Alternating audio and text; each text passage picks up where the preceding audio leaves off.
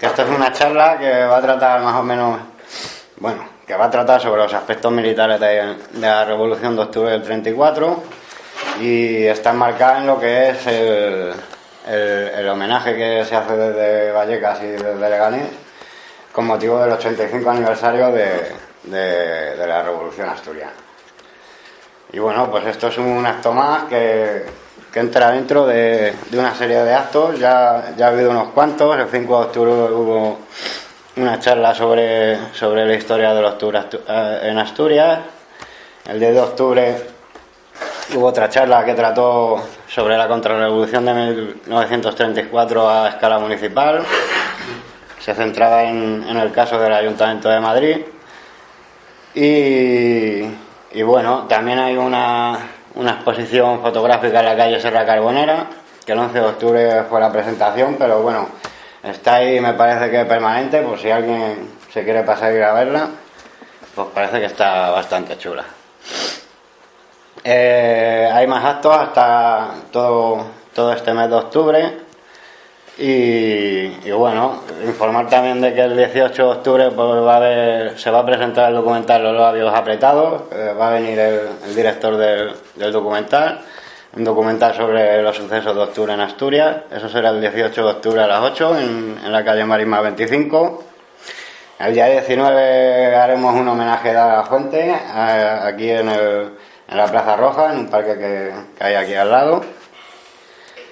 Y bueno, pues el día 24 va a haber una charla coloquio que va a tratar sobre la actualidad de la Revolución Asturiana. Hablará un poco sobre lo que tiene que ver sobre todo la represión, ¿no? Y bueno, eso será en el Centro Social Ocupado de Atalaya, en la calle Puerto Milagro número 2, el día 24 a las 7. Y el día 25 pues habrá una charla que tratará sobre el papel de la mujer en la Revolución de Octubre. Será el 25 de octubre a las 7 en la calle Diligencia número 10. Y esta es de la CNT que no está ahí. Entonces, bueno, sí. No me acuerdo ahora qué dirás. Para terminar, luego, bueno, pues hay una página web que aquí en los carteles y eso, pues está indicada la dirección, en el que se completa toda esta información que viene en los carteles, pues porque hay más charlas y han surgido más cosas. Además, también viene más información sobre lo que se va haciendo a Leganés. Y bueno, pues si queréis más información, pues meterse en la página esa. Vale, pues vamos a empezar esta charla. Bueno, sí, pues vamos a hablar se llama aspectos militares de la Revolución de Octubre de 1934. Para empezar, vamos a hablar de algunos conceptos. Antes de entrar a lo que es el cuerpo de la charla, pues sí quería dejar claro algunos conceptos que voy a utilizar en la charla, pues para que no se genere dudas, ¿no? A la hora de que hablo o me refiero a cierta palabra o cierta idea, pues para que se sepa a lo que me refiero, ¿no? A lo mejor los conceptos que manejo no son compartidos, pero bueno, creo bueno pues identificarlos pues para que se sepa en todo momento, ¿no? De lo que estoy hablando, ¿no? Y no sea algo indefinido de que la gente pues no se entere. Primero creo que es bueno pues definir lo que digamos que es la guerra, ¿no? La guerra en sí lleva implícita la violencia, ¿no? Pero todo acto violento pues no tiene por qué ser un acto de guerra.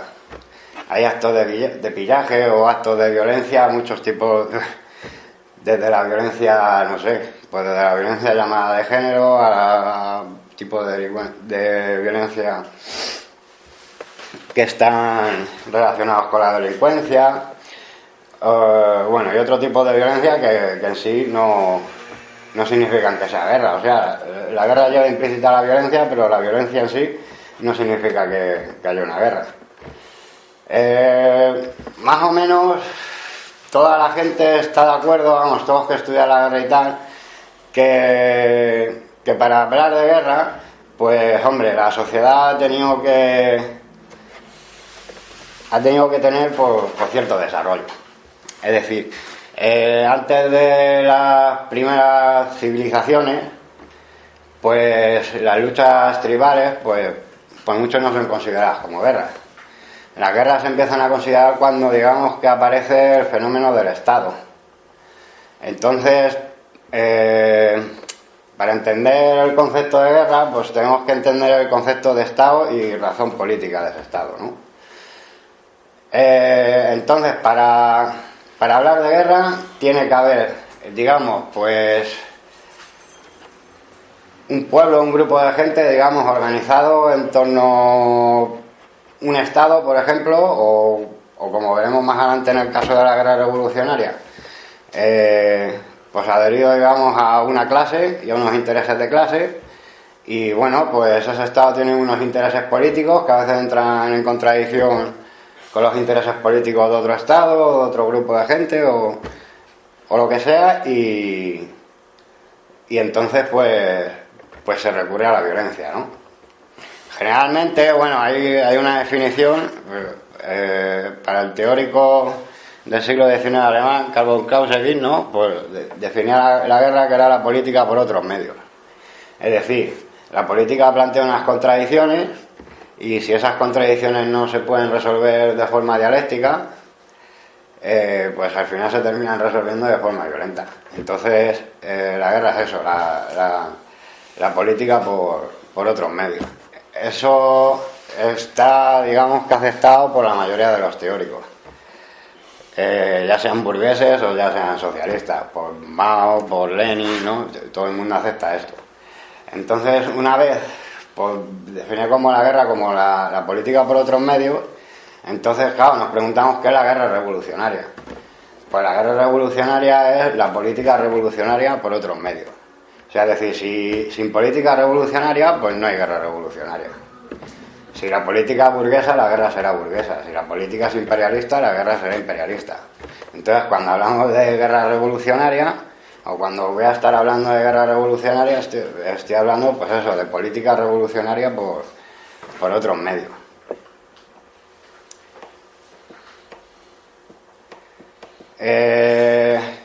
Bueno, voy a leer un pequeño párrafo del Manifiesto Comunista, donde Marx y Engels, bueno, pues dicen: los comunistas no tienen por qué guardar encubiertas sus ideas e intenciones. Abiertamente declaran que sus objetivos solo pueden alcanzarse derrocando por violencia todo el orden social existente. Tiemblen si quieren las clases gobernantes ante la perspectiva de una revolución comunista. Los proletarios con ella no tienen nada que perder, como no sea sus cadenas. Tienen, en cambio, un mundo entero que ganar. Estas referencias a la violencia revolucionaria, bueno, esto es un extracto del Manifiesto Comunista de 1848. Unos meses antes, Engels redactó un escrito que se llama Principios del Comunismo, que era, digamos, bueno, al final terminó siendo un borrador de lo que fue el Manifiesto Comunista, pero es como iba a ser el Manifiesto Comunista original. Entonces, bueno, pues en ¿qué es el comunismo? Pues se hace como unas preguntas Engels, ¿no? Y se la va respondiendo. Entonces, una de las preguntas que se hace, bueno, más o menos, estoy hablando así bastante de memoria, es que si los comunistas, que si la lucha comunista, pues es violenta. Entonces, pues Engels dice algo así, que bueno, que la naturaleza de los comunistas, pues que no son violentas, que los comunistas, que no han nacido violentos, pero que lo que pasa, que cuando las pretensiones de los comunistas, las pretensiones políticas de los comunistas para conseguir, digamos, acabar con el capitalismo, eso va a chocar tanto con la estructura que mantiene el capitalismo y con los propios capitalistas, que estos van a defender, bueno, pues con uñas y dientes su forma de privilegio, y entonces pues la clase proletaria, pues si quiere hacer una revolución, pues inevitablemente pues se ve abocada a la lucha violenta. Y esto es una cosa, bueno, pues que la historia de la lucha de clases la ha corroborado en los 5 continentes y durante toda la historia de que existe el capitalismo. Bueno, claro, entonces ahora hemos hablado de guerra revolucionaria y eso pues lo hemos adscrito al hecho de que tiene que haber una política revolucionaria. Cuando hablamos de revolucionaria, ¿a qué me refiero con revolucionaria? Pues revolucionario es aquello que supera, acaba y supera pues el marco de organización social existente. En este caso sería el capitalismo. Claro, el término revolucionario lo pueden utilizar, no sé, incluso hasta los nazis, que se llaman nacionalrevolucionarios, ¿no? Pero bueno, pues nosotros nos quedamos con el término revolucionario, sobre todo que maneja el marxismo y por extensión también el que se manejaba en la Asociación Internacional de Trabajadores. Porque como aquí vamos a hablar no solo de organizaciones marxistas, vamos a hablar también de organizaciones anarquistas, pues entonces nos quedamos con esa concepción, ¿no? Lo revolucionario era, pues eso, acabar con el Estado burgués y con el capitalismo, claro. Todo lo demás, pues, si se quiere se puede llamar revolucionario o lo que sea, pero vamos, yo no lo voy a considerar, y cuando hablo de revolucionario es eso, lo que apunta a la destrucción del poder burgués. Luego también, aquí vamos a hablar también sobre, claro, es un movimiento de huelga general, ¿no?, el que hay en octubre del 34. Entonces también quiero hacer una diferenciación entre tres tipos de huelga, ¿no? Lo que es una huelga general económica, que son huelgas generales encaminadas siempre a obtener unas mejoras, pues digamos, en las condiciones de trabajo, mejoras económicas, y es la forma más arcaica digamos, que tienen los obreros de organizarse de manera propia y, no sé, se puede decir incluso espontánea. Luego está la huelga política, que ya son huelgas que se meten con la estructura del Estado capitalista, ya no solo se preocupan de una mejora de salario o una mejora de las condiciones de trabajo, ya se inmiscuyen, digamos, en la dirección de todo lo que hace posible, ¿no?, que el estado de las cosas y el estado de explotación capitalista funcione, que es el propio Estado y sus gestores o los políticos. Y luego está, bueno, pues lo que se llama huelga general revolucionaria, que es una huelga general política, pero que tiene unas miras, digamos, hacia eso, hacia destruir la forma de Estado existente y hacer la revolución. La huelga general revolucionaria muchas veces parte de hechos que se podían incluir en lo que hemos llamado huelga económica, pero que, bueno, que en el transcurso de esas huelgas, pues la cosa se va liando, ¿no? La violencia va apareciendo y se puede transformar en una manera revolucionaria. Entonces, bueno, en el caso de octubre podemos hablar de dos tipos de huelga, de la huelga general política y de la huelga general revolucionaria, según en cada sitio y según cómo se vaya tomando. Y luego también, o sea, en esto que nos atañe también vamos a diferenciar entre lo que es la insurrección armada y lo que es la huelga general revolucionaria. Digamos que la huelga general revolucionaria, pues, se circunscribe a los asuntos, digamos, puramente que le atañen a la huelga, digamos. Esta la activan los sindicatos y, bueno, sí, la huelga puede adquirir, digamos, que tintes violentos, ¿no? Puede ser una huelga general armada, ¿no? Pero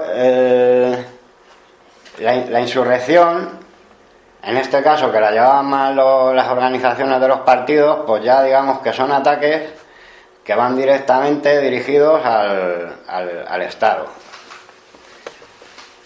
O sea, es decir, por ejemplo, para que se entienda, si en medio de una huelga, a lo mejor en un piquete, pues se llevan a tiros, pues eso entraría un poco dentro de lo que llamamos la huelga general revolucionaria, ¿no?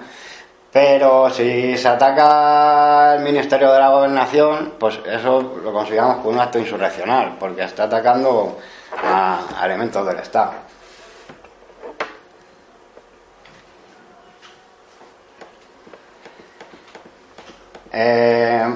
Más diferenciaciones. Pues también dejar claro, y esto lo voy a decir muy rápidamente, Las categorías marxistas son categorías de clase. Marx habla de proletariado, pequeño burguesía, burguesía. Las categorías pueblo popular son categorías burguesas. Categorías que vienen pues de la ideología idealista alemana. Pues eso, el sentimiento de, bueno, todos somos españoles, todos somos iguales. Bueno, no se atiende mucho a la diferenciación de clases dentro de las naciones, y se tiende más pues a idealizar el hecho de, pues de la nación, ¿no? Y bueno, y también eso se mezcla mucho pues con el rollo nacional derivado de las revoluciones burguesas, ¿no? En el sentido de que pues antes mandaba en los países, mandaba el rey, que era el soberano, y ahora, bueno, pues la soberanía pues se le quita al rey y ahora pues pertenece al pueblo, lo que se llama la soberanía nacional. No voy a entrar mucho en esto, pues son maneras de engañar a la gente y tal, ¿no? Y luego al final lo que viene, o sea, Marx critica mucho todas las ideas estas del pueblo y tal, porque claro, porque pasan por alto todas las contradicciones que hay dentro de las naciones, que son las contradicciones de clase, ¿no? Entonces parece ser que eso, pues no sé, es que aquí todo eso lo pilla un poco también la falange, ¿no? La colaboración de clases, todos somos españoles, ¿no? Los obreros y los patronos pues se tienen que llevar bien, los patronos pues darle un buen sueldo a los obreros ser muy buenos trabajadores, todos somos españoles y todo va para adelante, ¿no? Es un poco el sentido ese.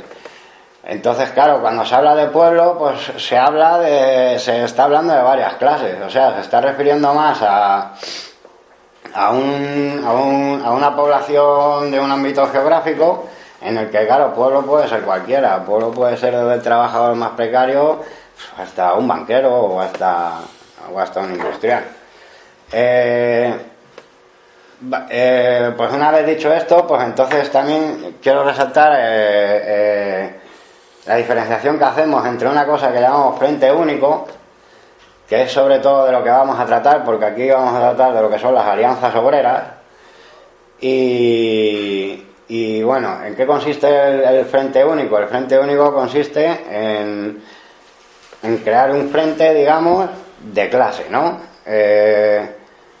No me voy a meter mucho en esto, claro, porque para unos el frente único funcionaba de una manera, para otros el frente único funcionaba de otra manera y para otros funcionaba de otra, ¿no?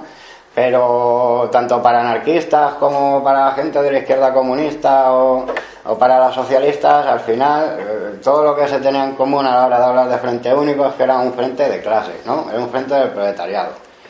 Y eso, claro, y es un frente del proletariado porque es un frente que es para luchar, digamos, contra la clase contraria, contra la burguesía.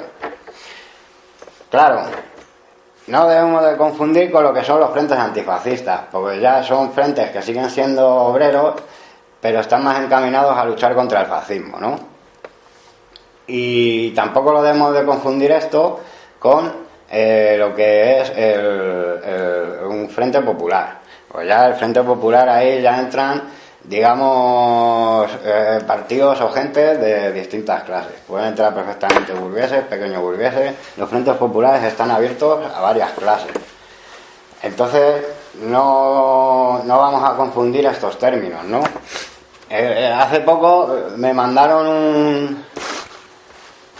mandado una especie de homenaje que se hace con motivo de la Revolución de Octubre, pues ahí en Vizcaya pues han hecho un homenaje. Entonces ellos, claro, en el panfleto que mandaban pues hablaban un poco de, bueno, el heroico proletariado, ¿no? Que entre las políticas fascistas, ¿no? Pues tuvo que levantarse y tal, y entonces pues eso lo venía a encuadrar, o sea, lo venía a enlazar con lo que era la guerra civil del 36. Pues haciendo un poco como confusión de las cosas, ¿no? Muchas veces nos quejamos, ¿no? Que decimos que la derecha, pues que si dice que si la guerra civil empezó verdaderamente en octubre del 34, no en el 36, ¿no? Y muchas veces, no sé, es la propia izquierda la que tiene también culpa de estas cosas, porque no sabe demarcar bien, o sea, lo que fue una cosa y lo que fue otra. Digamos que en octubre del 34 estamos hablando de un frente único. Estamos hablando del proletariado y estamos hablando en que se está haciendo una insurrección proletaria contra la burguesía. Sin embargo, en el 36 lo que sí estamos hablando más de una defensa de un Estado contra una rebelión del fascismo. O sea, son cosas completamente diferentes. Y bueno, en todo esto siempre ha habido muchos interesados bueno, luego veremos y comentaremos algo, por ejemplo, de Carrillo, pero siempre ha habido muchos interesados, ¿no?, en quitarle, digamos, lo revolucionario a estos sucesos de octubre y dejarlo ahí como una cosa defensiva, ¿no?, contra el peligro fascista. Bien, pues una vez dicho todo esto, ¿no?, pues si hablamos de octubre, pues y hablamos de una guerra revolucionaria, pues entonces eso tiene una política revolucionaria. Entonces, ¿cuál es la política revolucionaria de octubre? Pues la política revolucionaria de octubre es la Alianza Obrera. Bueno, las alianzas obreras pues se dan pues, por toda la geografía española. Lo que pasa es que se dan de manera desigual. En algunos sitios las alianzas obreras pues simplemente son socialistas y comunistas. En otros sitios pues entran más partidos pequeños. En el caso de Asturias llega a entrar incluso la CNT, ¿no? Y bueno, y según en cada sitio, claro, es que esto es muy complejo, ¿no? El éxito también de más o menos que tuvieron las insurrecciones tuvo mucho que ver con los sitios donde, digamos, más grupos proletarios se juntaron, y también tuvo que ver, a ver, hay sitios que a lo mejor solo se juntaron comunistas y socialistas, pero bueno, es que claro, dentro de cada organización pues también había sectores de izquierdas y sectores de derechas. Todo esto, claro, hace muy lioso y el desarrollo de la insurrección y es una de las causas de por qué esta caiga. Entonces, bueno, yo qué sé, yo voy a poner como 3 ejemplos generales de lo que fue la Alianza Obrera. La Alianza Obrera, pues, nace en Barcelona, nace en diciembre del 33, justo cuando se está acabando una insurrección obrera, llevada sobre todo por la FAI y por la CNT. Y bueno, pues la Alianza Obrera cuando nace, digamos que realmente sí nace en Cataluña y realmente pues sí nace como algo defensivo más que revolucionario, ¿no? Y bueno, pues paso a leer un párrafo del documento de constitución de la Alianza que lleva la fecha del 16 de diciembre del 33. Y dice como que las entidades abajo firmantes de tendencias y aspiraciones doctrinales diversas, pero unidos en un común deseo de salvaguardar las conquistas conseguidas hasta hoy por la clase trabajadora española, hemos constituido la Alianza Obrera para oponernos al entronizamiento de la reacción en nuestro país, para evitar cualquier intento de golpe de Estado e instalación de una dictadura. Si así se pretende, y para mantener intactas e incolunes todas aquellas ventajas conseguidas hasta hoy y que representan el patrimonio más estimado de la clase trabajadora. ¿Y esto quién lo firma? Pues lo firman los sindicatos de oposición, la Federación Sindicalista Libertaria, la Federación de Sindicatos Excluidos de la CNT, la UGT, el Partido Sindicalista, la Federación Catalana del PSOE, el Bloque Obrero Campesino, la Unión Socialista de Cataluña y la Izquierda Comunista y la Unión de Rabassaires. Fíjate el montón de organizaciones que había en Cataluña de clase. Bueno, entre todas estas pues falta la CNT y falta la FAI. Y bueno, es que claro, en diciembre ellos acaban de perder una insurrección y bueno, pues ellos no se fían tampoco de la UGT, que les ha venido reprimiendo durante 2 años antes en la República, y tampoco se tragan por la unidad. O sea, ellos para defender como el Estado burgués, pues ellos no se tragaban esta unidad. Por eso en el caso de Cataluña, como el movimiento está muy supeditado también a la pequeña burguesía catalana, pues la CNT y la FAI, pues por ejemplo en este caso no se meten dentro de la Alianza Obrera. Como veremos adelante, en Cataluña los sucesos son también importantes. Pero bueno, yo qué sé, el hecho de que no participara el sindicato, digamos, más combativo y que más gente tenía, pues también dio un poco al traste de la cosa. Pero eso, bueno, lo veremos más adelante.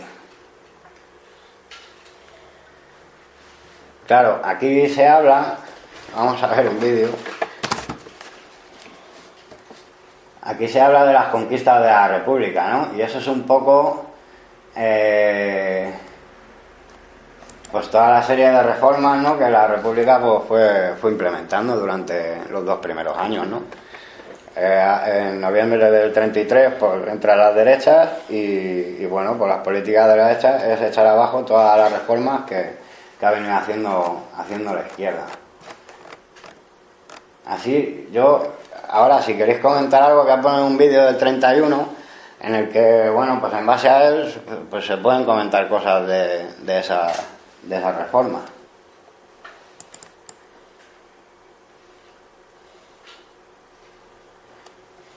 Entonces son vídeos originales. Todos los vídeos que voy a poner son vídeos originales de la época.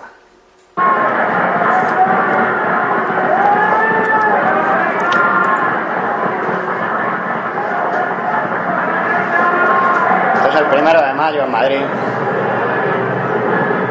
Para España, la Niceto Alcalá Zamora. misterioso renacer que una vez más podrá asombrar al mundo con el esplendor súbito de su renacimiento inesperado. Que era una fusión de la comprensión, de la inclusión. El cementerio de la Almudena es una reunión socialista. De la bondad. Ese era Pablo Iglesias. Mauricio Prieto.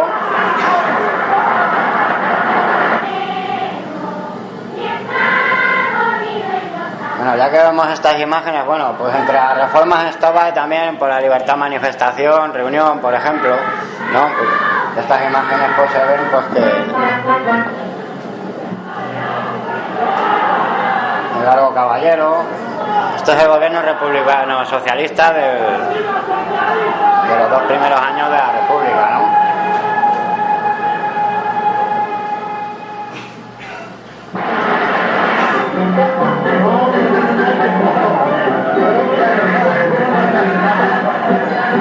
Concentraciones socialistas en Madrid eran impresionantes, ¿eh?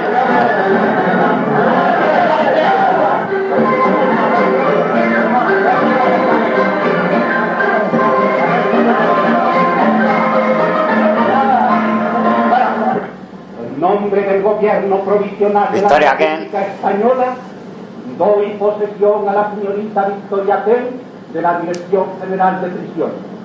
A ella otorgamos esta representación por sus condiciones excepcionales, talento, firmeza, modestia, recato, todo lo que se puede invocar en una persona para rodearla de la autoridad de que en este momento la existe el gobierno profesional de la República. ¿Queréis comentar algo?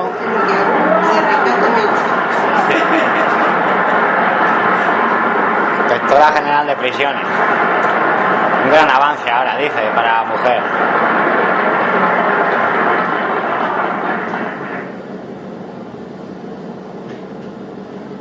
Sean mis primeras palabras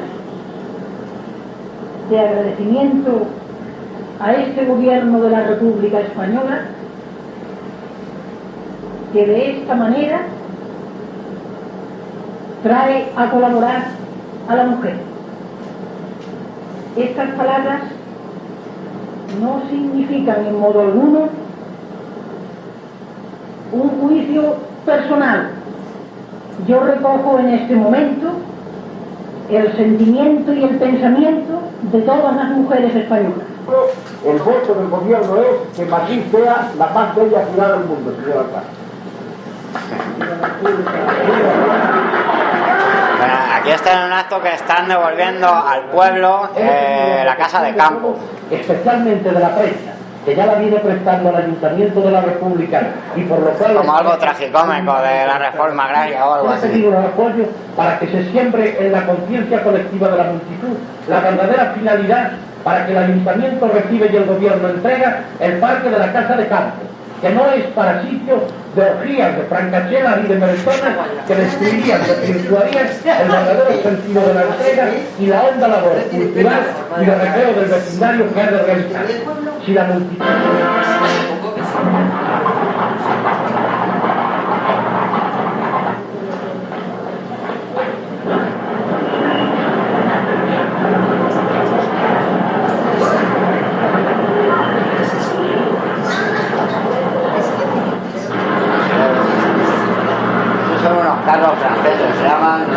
FT-17. Fueron muy utilizados en la Primera Guerra Mundial.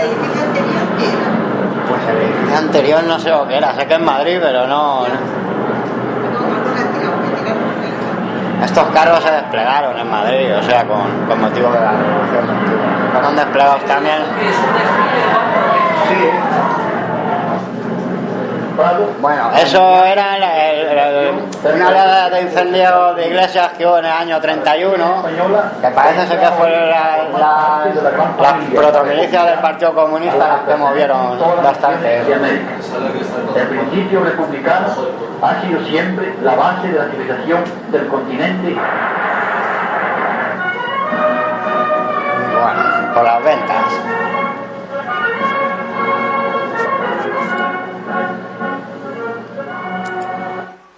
Bueno,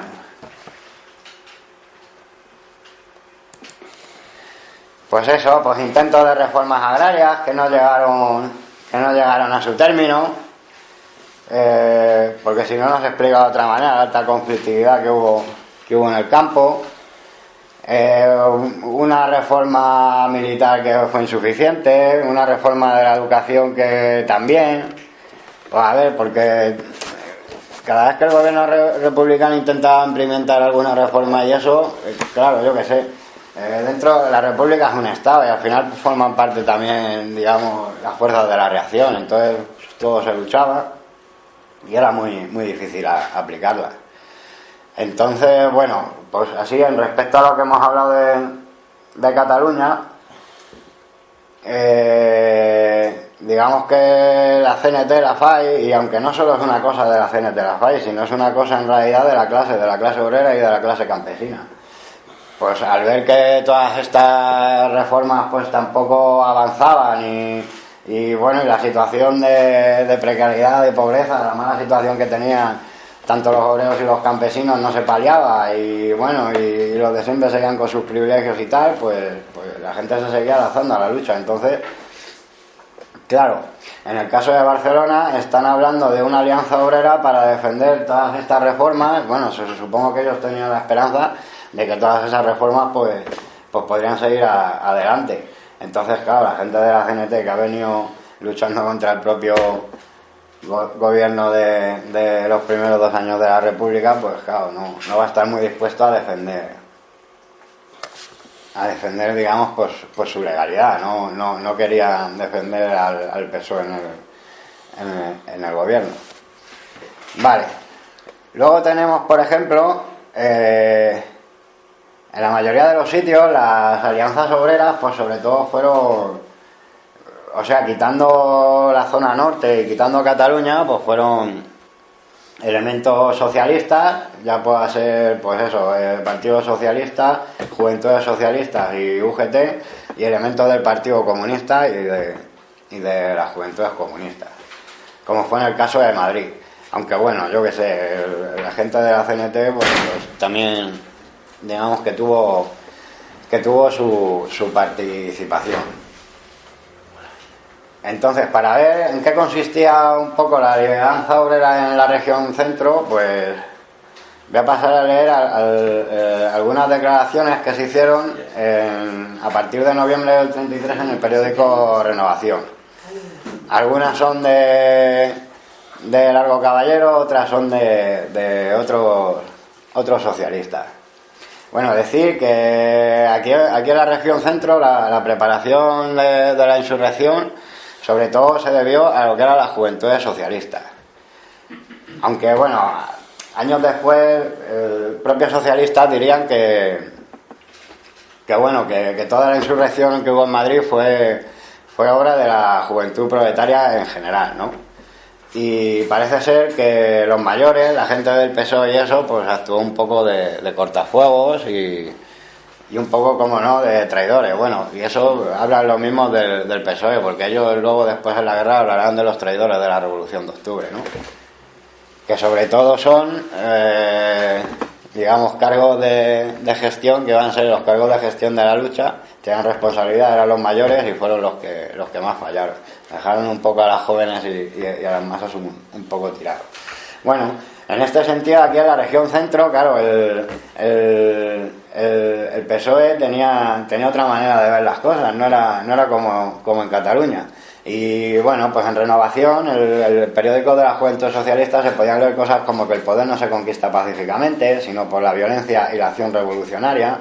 O sea, el poder, estamos hablando de la conquista del poder estatal y del poder político. También se dice que el poder solo puede conquistarse con la violencia organizada de la clase obrera. También se dice que al fascismo es preciso combatirlo en su terreno, el de la violencia, con una violencia colectiva y constante. A la violencia fascista hemos de oponer la violencia organizada de nuestro partido, concretamente la dictadura del proletariado enrolado dentro de nuestros cuadros.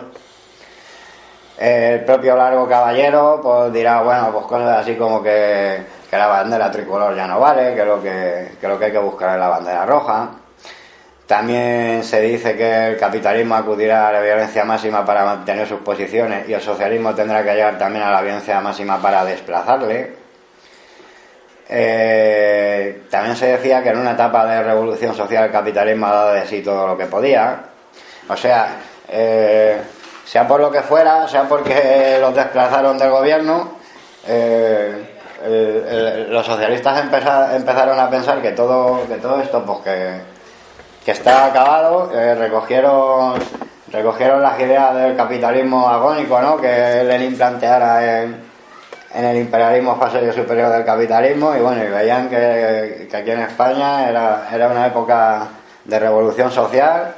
Hace 2 años, cuando ellos estaban en el gobierno, no lo veían así, ahora sí, y bueno, y que había que lanzarse a la revolución.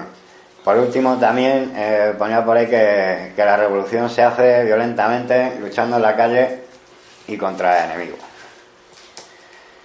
Aquí, claro, la posición de los anarquistas, pues digamos que es más abierta, y aunque no llega a haber una fusión orgánica en la Alianza Obrera, bueno, pues estas cosas pues a los anarquistas les convencían más, porque no simplemente era una defensa del Estado republicano, sino que parece ser que se iban a lanzar a lo que llamamos una revolución proletaria.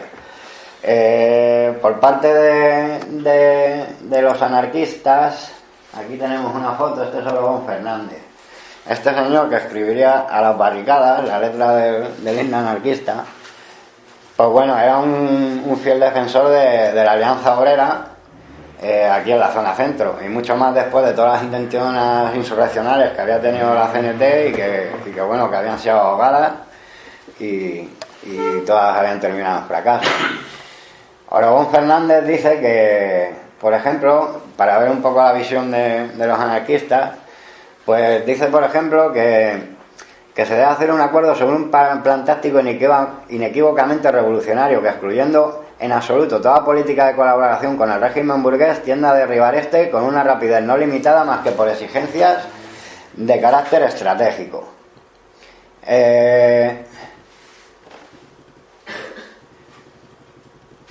Bien.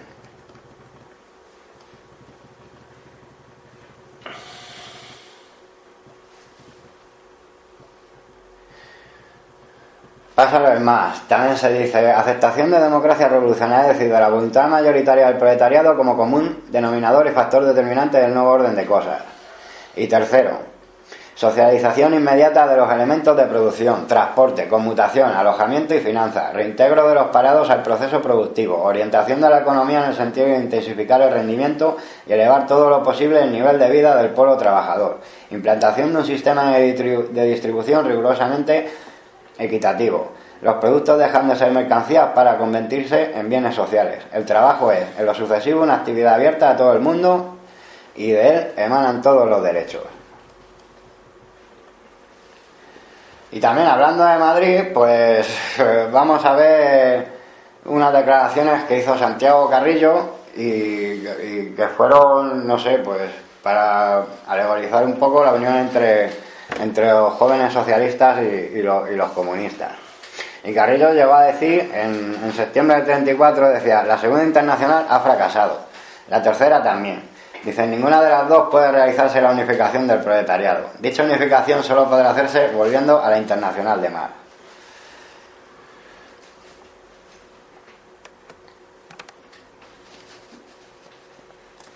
Claro, todo el PSOE, pues en la región centro, pues no pensaba igual, ¿no? Pocos días antes de la huelga, Saborí y Besteiro pues abandonarán los comités que copaban en la UGT y desentenderán la cosa. Y así no iba a pasar con muchos dirigentes que dentro del PSOE no veían ni siquiera la huelga general revolucionaria, otros mucho menos veían la insurrección. En el caso de Madrid, pues parece ser que el que tiró para adelante todos fuera los caballeros, que incluso pues se le denominó por muchos jefe de la insurrección. En el caso de la Juventudes Socialistas, el jefe anterior y el que iba a coordinar un poco la insurrección iba a ser el propio Santiago Carrillo. Santiago Carrillo, años más tarde, claro, muchas veces le preguntan sobre octubre del 34, y él salta con el rollo de que, pues que fue algo defensivo, ¿no? Que el fascismo entraba con unas políticas muy agresivas, quería, echar para abajo muchas de las conquistas que había habido durante el gobierno republicano socialista y lo pinta así como una guerra defensiva. Cuando son las Juventudes Socialistas, las Juventudes Socialistas en su cuarto congreso ya empiezan a decir ya por el 32 pues dicen que hay necesidad de organizar milicias, y estas son en el sentido ese, al principio también se plantean en el sentido de defender un gobierno republicano socialista frente al fascismo, etcétera, etcétera, pero ya en el siguiente congreso, las Juventudes Socialistas lo que se quieren lanzar es al ataque revolucionario, y de todo esto Carrillo es consciente. Y más consciente aún que era el jefe, el encargado de organizar a nivel estatal, todas las milicias socialistas. Luego el tipo dice que era algo defensivo, ¿no? Entonces ahí vemos el oportunismo muchas veces, y cierto revisionismo histórico con respecto a la Revolución de Octubre, que todo viene dado, yo creo. Pues por eso, se vuelve a España, entonces hay que como que lavar la imagen, pues para estar en las instituciones, en el pesebre, ganar dinero, tal, no sé qué. Entonces subimos a hablar de la revolución. Entonces todo, como todo es, queda bien, todo lo que sea contra el fascismo es políticamente correcto y queda bien. Para que os hagáis, una idea, ¿no? Por ejemplo, de este sector del PSOE, cómo pensaba las cosas, mira. Andrés Saborí, que había sido diputado por Oviedo, algunos de los camaradas, después de la insurrección, pues estaban presos a la cárcel de Oviedo. Y este señor los va a visitar y les dice, os pedimos una huelga y nos disteis una revolución. Como diciendo, oye, que nadie os ha mandado a que hicierais una revolución. Eso el propio dirigente socialista. Entonces, con esto tenemos claro que dentro del socialismo había como dos ramas, ¿no? Y que mucho de la desorganización y descontrol que hubo en el movimiento de octubre pues tiene que ver con que el Partido Socialista pues no se comportó como uno. Esto es en unos casos. Desde la cárcel modelo, pues eso también vamos a contar, pues Durruti, por ejemplo, decía que los socialistas asturianos no son como los demás socialistas. Y era en el sentido ese, porque veía que los demás socialistas veían que era un movimiento que pretendía defender la legalidad burguesa de la época, que era la Segunda República, y que, sin embargo, en Asturias, pues tiraban mucho más para adelante. Y entonces, pues el siguiente caso, pues vamos a hablar de la Alianza Obrera en Asturias, que es donde, la insurrección armada toma ya tintes de guerra civil. Simplemente voy a leer 3 puntos de los acuerdos a que llegan los diferentes partidos para hacer la Alianza Obrera en Asturias, que son los siguientes, y esto yo creo que pues para dejar claro, ¿no? Todo esto que voy leyendo es para dejar claro las aspiraciones revolucionarias que se tenían.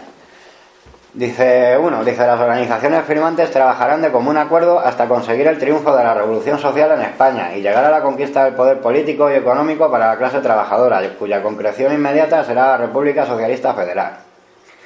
8. Dice, el compromiso contraído por las organizaciones que suscribe terminará en el momento en el cual la República Socialista Federal quede constituida con sus órganos propios, elegidos voluntariamente por la clase trabajadora y por el procedimiento que haya preceptuado la obra revolucionaria dimanante del presente acto.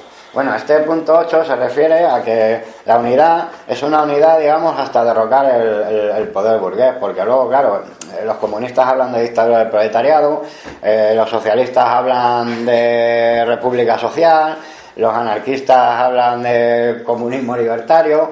Entonces, digamos que la unidad obrera en Asturias era para, digamos, para golpear y destruir el poder burgués. Y luego, pues según los acontecimientos, pues bueno, que se diera un poco de libertad en cada sitio, más o menos, pues a las formas que se iba construyendo esa revolución. Y no dice, considerando que este acuerdo constituye un acuerdo de organizaciones de la clase trabajadora para coordinar su acción contra el régimen burgués, aquellas organizaciones que tuvieran relación orgánica con partidos burgueses la romperán automáticamente para consagrarse exclusivamente a la consecución de los fines de determinados pactos. O sea, eso está claro. Esto en un principio lo firma la UGT, la Federación Socialista Asturiana, la Juventud Socialista de Asturias, la CNT, bueno, y con ello la Juventud Libertaria. Luego se adherirá la izquierda comunista de Andrés Nin, el bloque obrero campesino de Maurín, gente que venía del sindicalismo revolucionario, y luego, pues ya bastante al final, pues se incluiría el PC.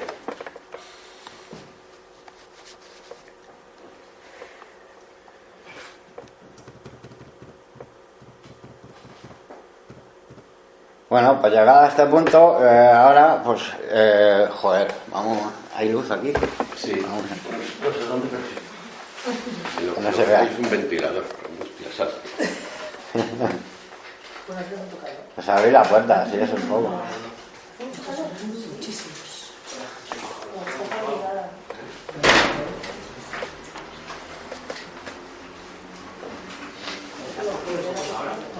allí hay un interruptor. Sí, pero no. Pero eso no va. Sí, no me acuerdo. Igual no tiene que haber alguien que lo encendía la luz.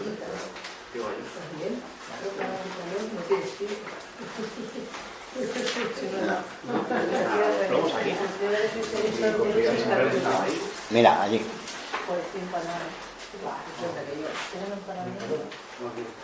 Arriba. Encendiéramos las luces. Está haciendo mucho verlo de casa. Claro, no hay los podéis pinchar las Aquí. sí, claro. Ah, eso es. Eso es. Una coña bajo el cartel. Ahí está. Joder, qué bien. Si podéis estar Esto lo más. Ay. sí.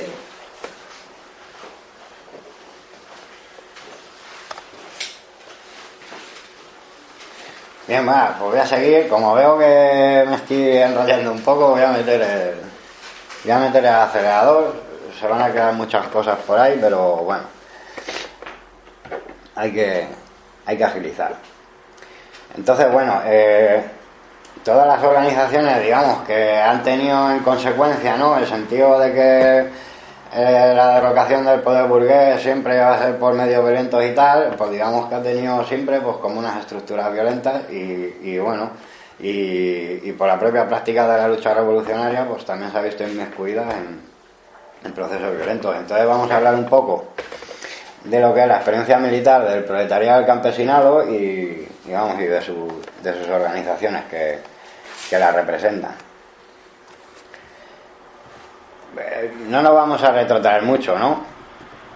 Nos hemos quedado aquí viendo un poco la reforma de la República, bueno, pues que mucha parte del proletariado y del campesinado, pues esas reformas, pues como que la veían como poco y entonces pues crean más adelante y eso al final se termina concretando en varias insurrecciones. En la República la primera insurrección, la que tenemos es la de enero del 32, que es la insurrección se conoce sobre todo por los sucesos de Alto Llobregat, porque es pues digamos donde abarcó un área de varios pueblos, ¿no?, donde triunfó la revolución.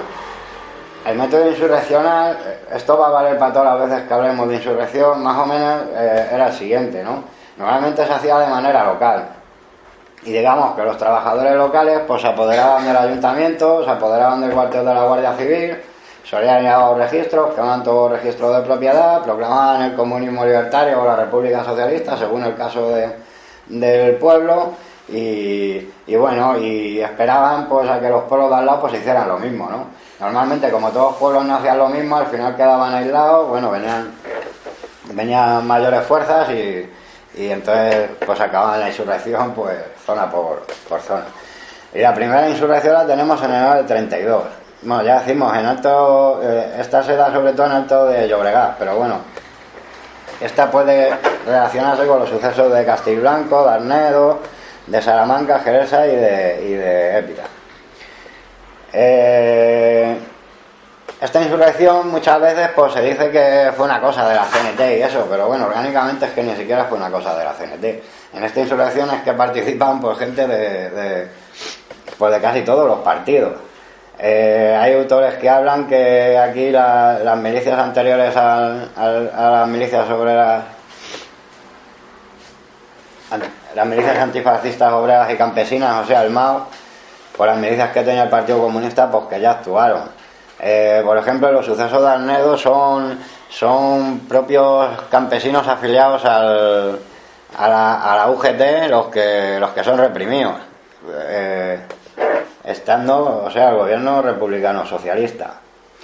Y bueno, y en el caso de Alto Llobregat pues es una mezcolanza de mucha gente. En Alto Llobregat, y esto es importante, la insurrección empieza, bueno, porque además de haber una huelga por mejora de sueldo, mejora de condiciones de trabajo, además el patrón no les permite que ellos puedan ejercer libremente su derecho a reunión, que es un derecho que con la República pues se les ha dotado, pero da igual, los patrones, o sea, todos esos derechos se los pasan por el foro y los trabajadores están completamente desprotegidos. De nada les vale, no pueden acudir a la policía, no pueden acudir a los jueces, no pueden acudir a nada, solo pueden acudir a la fuerza de su lucha. Entonces, claro, no sé, todas las insurrecciones muchas veces ven que el gobierno republicano que prometía tanto y tanto, pues que al efecto, en la realidad, pues que no tira para adelante. Luego tenemos la insurrección del 33, que esta insurrección pues será famosa por los famosos sucesos de Casas Viejas. De la Guardia de Salto, bueno, pues mata a 8 personas, tampoco... Nada, ve rápido para no enrollarme. Esta foto sí es más o menos donde hubo las principales luchas en esta insurrección. Y esta insurrección, bueno, empezó, se mezclaron dos huelgas. Una fue la huelga de ferroviarios, se le pidió un aumento de sueldo, Indalecio Prieto lo negó. Entonces los ferroviarios pues decidieron ir a la huelga, y por otro lado en Andalucía, bueno, pues salió una huelga porque en la época, claro, los jornaleros estaban en paros forzosos y el gobierno republicano había conseguido hacer como una especie de PER, ¿no? Como ahora si fuera el PER y tal, y eso consistía que a los que eran solteros les daban una peseta y a los que eran casados les daban una peseta media. Y bueno, el tema es que un kilo de pan valía ya 95 céntimos o una peseta. O sea, era gente que estaba muerta de hambre. El campo de luz estaban bastante muertos de hambre. Por eso, no sé, o sea, pensar a la hora de idealizar la República y todo eso, por qué hubo movimientos insurreccionales en todos esos sitios.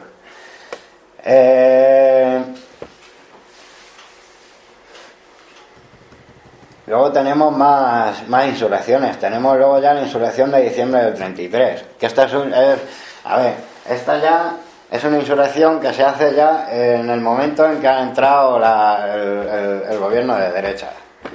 La CNT, ante las elecciones de noviembre del 33, por su política y su propaganda, pues va por la abstención, ¿no? Ellos van por la abstención. Mucha gente dice que bueno, que lo hicieron aposta para ver si salía un gobierno chungo y apretara más las tuercas a los obreros y así poder llevar adelante su método insurreccional. Bueno, pues aquí en diciembre del 33 lo que hace la CNT es que se lanza a la lucha ya sola, ¿no?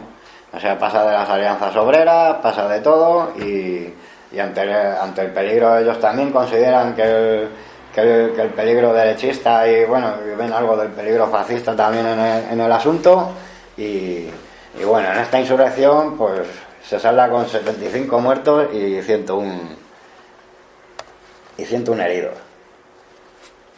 Claro, todo esto que estoy hablando va dando cierta experiencia militar, ya no solo a la clase obrera, sino también a sus organizaciones. Y luego, para terminar, tenemos que hablar de la insurrección campesina de junio del 34. Y esta insurrección es muy importante porque es que va a ser...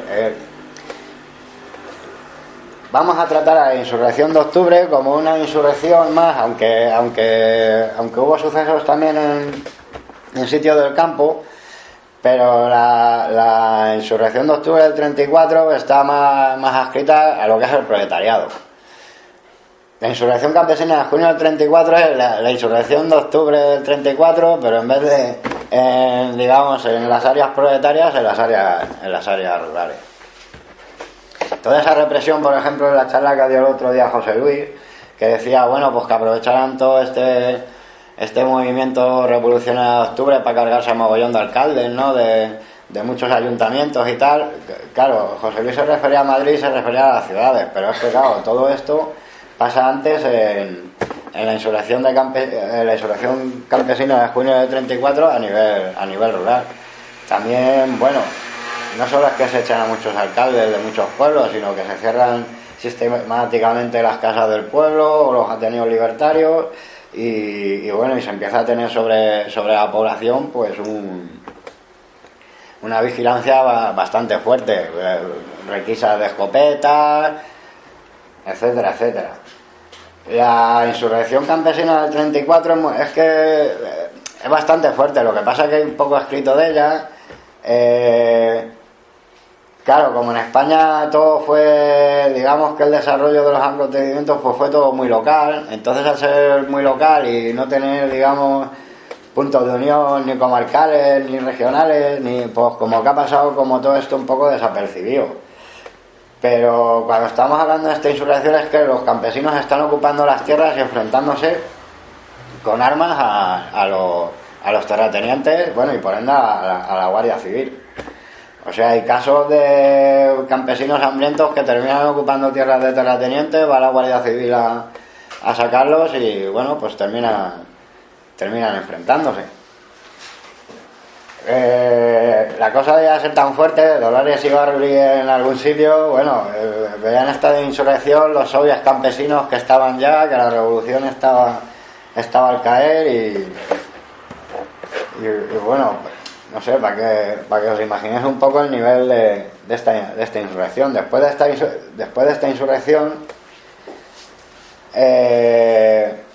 no sé, dos sitios donde empezaron a hacer lucha de calle, digamos, ya desde que se decide ya de que, bueno, la UGT y el PSOE y los socialistas, digamos, que deciden que se van a lanzar a la insurrección y se empiezan a organizar las alianzas obreras, etcétera, se empiezan a dar los primeros procesos de unión y tal, y o sea, en todo el periodo este preparatorio de la revolución, pues las alianzas obreras, pues además de participar en algunas huelgas que empiezan a ser un éxito, pues digamos que tiene dos acciones medio paramilitares. Y una es la reunión de Covadonga del 9 de septiembre, en la que se intenta impedir que allí la ciudad de un mitin, y la concentración aquí en Madrid del Escorial, que también se intenta por todas las maneras, incluso las maneras violentas, pues que tampoco se dé también el mitin. Bueno, vamos a hablar un poco de las organizaciones la organización de tipo militar de algunas de las organizaciones obreras protagonistas del octubre. Si hablamos de la CNT, bueno, claro, tenemos que hablar, o sea, la CNT siempre se ha considerado antimilitar, ¿no? O sea, pero eso no quiere decir que tuviera estructuras para practicar la violencia, no sé, por utilizar términos que los anarquistas estén más cómodos, ¿no? Y estructuras que digamos que eran permanentes, siempre han sido estructuras pequeñas. La CNT nunca ha tenido, en el mundo libertario nunca se ha tenido la idea de mantener una milicia permanente. Simplemente, yo qué sé, ellos son trabajadores, se dedican a la acción directa y en un momento dado, bueno, pues se arman y para adelante. Más que haya una estructura ahí permanente. Lo que sí se tiene siempre es una estructura de, bueno, la necesaria por vicisitudes de la lucha y porque se ve necesario luego después pues de tener unos grupos, digamos, armados. Los primeros grupos son los grupos de acción. Los grupos de acción son los grupos que los años del pistolerismo, que eran los años en los que la patronal, digamos, combatía el sindicalismo pues con plomo, iban para cortar las huelgas, para cortar las luchas, pues iban los pistoleros de lo que se llama el sindicato libre, bueno, pues a matar a sindicalistas. Los sindicalistas empezaban a defender, entonces vieron que tenían que hacer grupos para defenderse, y eso son los grupos de acción, que de ahí sale lo que luego serán los comités de acción y luego lo que se llamarán los comités de defensa. Para ver lo que son los grupos de acción, bueno, pues aquí os dejo otro vídeo que lo explica pues un miembro de estos grupos, que es se formó en el año 1923 en circunstancias muy aciagas para nuestro movimiento, muy tristes para toda la clase trabajadora, dueños casi de la ciudad. Eran las bandas de pistoleros del sindicato libre que patrocinaban la patronal. Las hordas policíacas coadyuvaban a la obra de destrucción de nuestras organizaciones y de nuestros hombres. Había caído el coloso del anarcosindicalismo, Salvador Seguí. Habían caído muchos militantes, primeros hombres de nuestro movimiento tan espléndido de hoy, cuando comprendimos nosotros que probablemente pudiera llegar el momento de que fuésemos absolutamente vencidos, nos unimos en aquel momento. Lo que no tengo vergüenza en decir, lo que tengo orgullo en confesar, los reyes de la pistola obrera de Mastro. Vivíamos y actuábamos disgregados, pero hicimos una selección. Los mejores terroristas de la clase trabajadora, los que mejor podían devolver golpe por golpe y al llegar al fin la victoria al proletariado, nos separamos de los demás compañeros, nos unimos y formamos un grupo anarquista, un grupo de acción para luchar contra los pistoleros, contra la patronal y contra el gobierno. Conseguimos nuestro objetivo, les vencimos. Nuestros golpes fueron más duros, más a la vez que los que ellos nos habían dado. Y el grupo se constituyó y fue juramento de los que lo integraron de que desde aquel momento el grupo Los Solidarios, que nos llamábamos, continuaría la lucha hasta el triunfo total de la clase trabajadora, hasta el triunfo de la revolución social, y que solamente la muerte podía irnos apartando de los demás. Y nosotros, cuando después de la República salimos de los presidios y nos unimos otra vez en España, continuamos el grupo, y entonces nos llamamos el grupo nosotros, los que no tenemos nombre, los que no tenemos orgullo, los que somos una masa, los que pagaremos uno a uno, nosotros. La muerte no es nada, nuestras vidas individuales no es nada, por eso somos nosotros. Mientras quede uno, nosotros somos. Nuestro grupo anarquista. Bien, pues este era, bueno, ha quedado claro, ¿no? Lo que eran los grupos de acción. Clarito. Bien, pues de ahí parten, digamos, lo que luego llegan a ser los comités de defensa, claro, pero los comités de defensa ya no solo son una cosa como para defender a los sindicalistas o para hacer ataques selectivos contra personajes de la patronal y tal. Los comités ya de defensa ya están más encaminados o sea, a ver, los comités de defensa también se dedican a esas cosas, pero digamos que ya están más encaminados pues a organizar un movimiento superior, un movimiento donde, digamos, la gente de los sindicatos se arme, ¿no? Y poder coordinarlo todo un poco.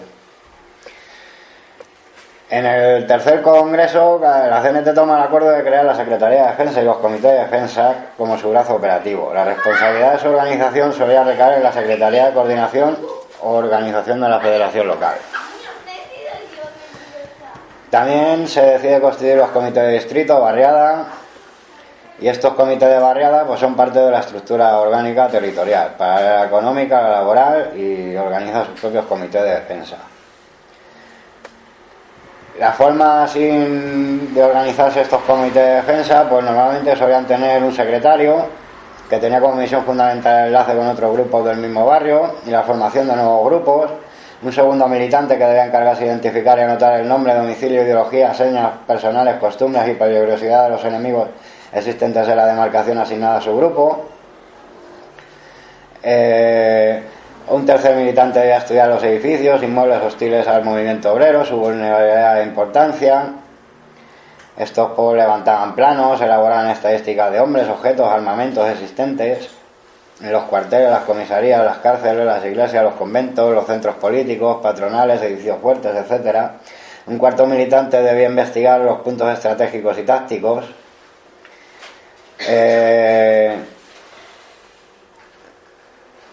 Otro militante debía de encargarse de localizar y estudiar el asalto de los lugares donde podían obtenerse armas, o sea, tenía que tener controladas las armerías, domicilios particulares armados, bancos, las casas de crédito, almacenes, etcétera, etcétera. Más o menos así se construían los grupos de defensa, digamos que cada uno pues como que tenía una misión, ¿no? Tenía que estar al loro cada uno de su cometido, y bueno, y si estalló una insurrección, pues con las masas armadas, pues ya sabían más o menos cómo moverlas, ¿no? Eso, el claro ejemplo es pues los primeros días de la guerra civil en Barcelona. Eso por parte de la CNT. Si hablábamos de la UGT, pues la UGT, claro, la UGT no... En la CNT se tiene la idea y se viene pues, de ciertas convenciones del sindicalismo revolucionario. Es decir, la visión clásica del marxismo respecto a los sindicatos es que eran organizaciones de clase, pero eran organizaciones de clase que eran reformistas. La organización realmente revolucionaria y necesaria, pues siempre para los marxistas ha sido el partido. Sin embargo, claro, para los anarquistas no, esa organización es el sindicato. Por eso, para que nos entendamos, los sindicatos anarquistas, digamos que pueden hacer las veces del partido. En el sentido político ellos lo llaman acción social y tal, pero bueno. Entonces, claro, la UGT, pues al ser un sindicato de orientación pues, marxista, pues no tenía ningún papel, digamos, designado en la insurrección, nada más que era el de llevar la huelga general adelante. La experiencia de la UGT, digamos que la experiencia, digamos, armada de la UGT, pues era un poco también a la práctica pistolerista de la que hablaba antes Ascaso y bueno, de la que la UGT a veces también pues se veía metida en la dinámica esa, ¿no? De represión de la patronal contra pues eso. Y si hablamos del PSOE y de la Juventud Socialista, pues bueno, pues organización militar antes de la República, pues vamos a olvidarnos. La verdad que ha sido un partido siempre que ha defendido las tesis de llegar al socialismo por vías pacíficas y vías parlamentarias, y entonces pues tampoco se han preocupado mucho de mantener una estructura militar. Es más, ya en el febrero del 32, ya como he contado antes, en el cuarto congreso de la Juventud Socialista es cuando se plantea por la creación de las milicias. En el quinto pues se ratifica y como he dicho antes, en un sentido revolucionario. Estas milicias, o sea, lo que va a ser luego la Revolución de Octubre, pues las empiezan a preparar ya desde febrero de 1934.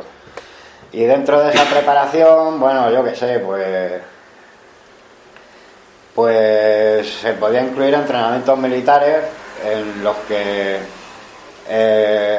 digamos que las clases pues la daban pues gente del ejército, normalmente eran sargentos, ¿no? En el caso de Asturias pues digamos que es más bollante, donde más sargentos pues sacan a los chavales al campo, ¿no? Y les dan por ciertas nociones pues de armas, de bueno, algo de táctica, de cómo moverse en guerrilla, cómo moverse en línea, táctica de infantería, de grupos y pelotones de infantería.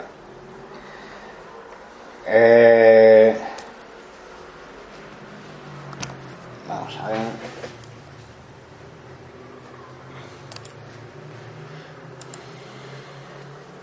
Bueno, esto es una foto de un cartel que pone: estás en el 5º regimiento. Bueno, pues en ese cartel, sí, lo que pasa es que no se ve. Abajo viene por la sección de Vallecas del 5º regimiento, que se llamó Batallón Sargento Vázquez, de honor pues a uno de los sargentos, que además de hacer trabajo en su propio cuartel para intentar sublevarlo, cosa que no conseguía hacer, pues bueno, pues se dedicó también a entrenar y también a participar directamente en los combates. Fue fusilado por el Consejo de Guerra, este hombre era ceutí. Y bueno, y aquí en Vallecas, pues en su homenaje, pues se creó ese batallón. Era un batallón que te podías enganchar por donde está ahora el Vallecas 1, ahí en la avenida Albufera. Que la habían tomado las milicias comunistas, y antes era pues un colegio, se llama El Niño de Jesús de Praga o algo así, ¿no? Un colegio católico, bueno, pues que la guerra civil lo convirtieron en cuartel.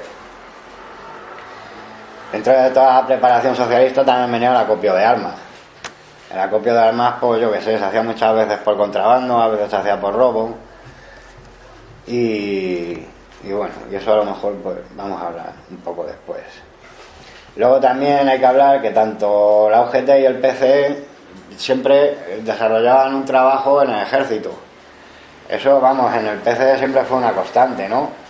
Y eso consistía pues en desplegar la propaganda revolucionaria dentro del ejército, intentar tener ahí cuadros, pues en un momento de insurrección o de rebelión, pues que se pudieran sublevar los cuarteles. En el caso de la Revolución de Octubre había muchos contactos con los cuarteles, pero es que no se sublevó ninguno, y esto fue un verdadero desastre porque antes de comenzar la insurrección, o sea, muchos soldados de los cuarteles decían sí, nos vamos a rebelar, pero luego a la hora de la verdad ninguno se rebeló, ¿no? Y bueno, pues esto fue un gran parapalo. Pero bueno, que quede constancia que ese trabajo en el ejército pues siempre ha existido y se ha considerado como necesario. No sé, era un poco una herencia del trabajo que hacían los bolcheviques en el ejército durante el periodo zarista y sobre todo durante la Primera Guerra Mundial. Dentro de todo este preparamiento, claro, por ejemplo, en Asturias ya digamos que había unos 3.000 hombres organizados y armados antes de la revolución. Aún ahí las armas, pues había mucha escopeta aún, no se había tomado la fábrica de fusiles de Oviedo, y bueno, y se empezó a tirar mucho de dinamita, ¿no? Porque era lo que se tenía a mano, aunque demostró ser bastante efectiva. Entonces digamos pero organizados, que habían recibido ya cierta instrucción militar y que estuvieran armados y dispuestos para la lucha, digamos que había unos 3.000, entre socialistas, unos 800 comunistas, 1.000 y algo socialistas y otros 1.000 o por ahí anarquistas, ¿no?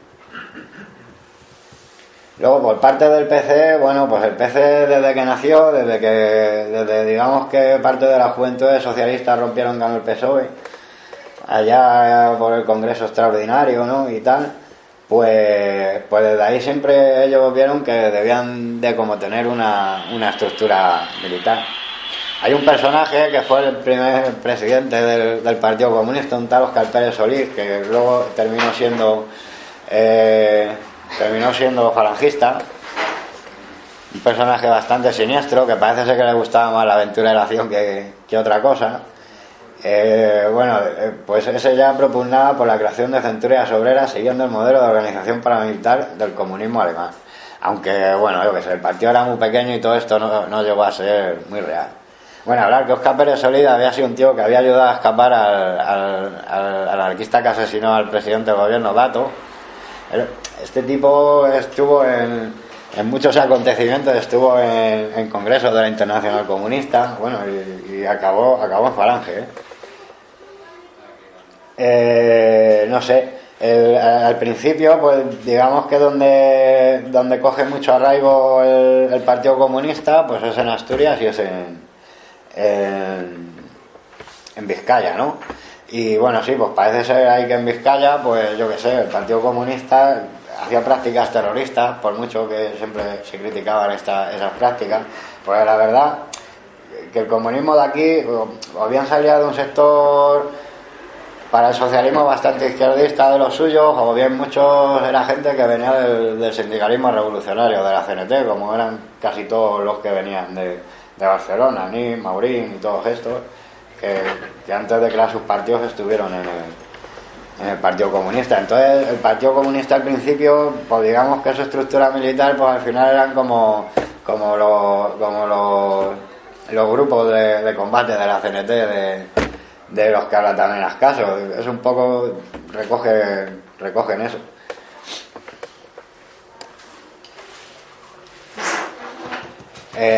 Bueno, se ven estos grupos, pues se ven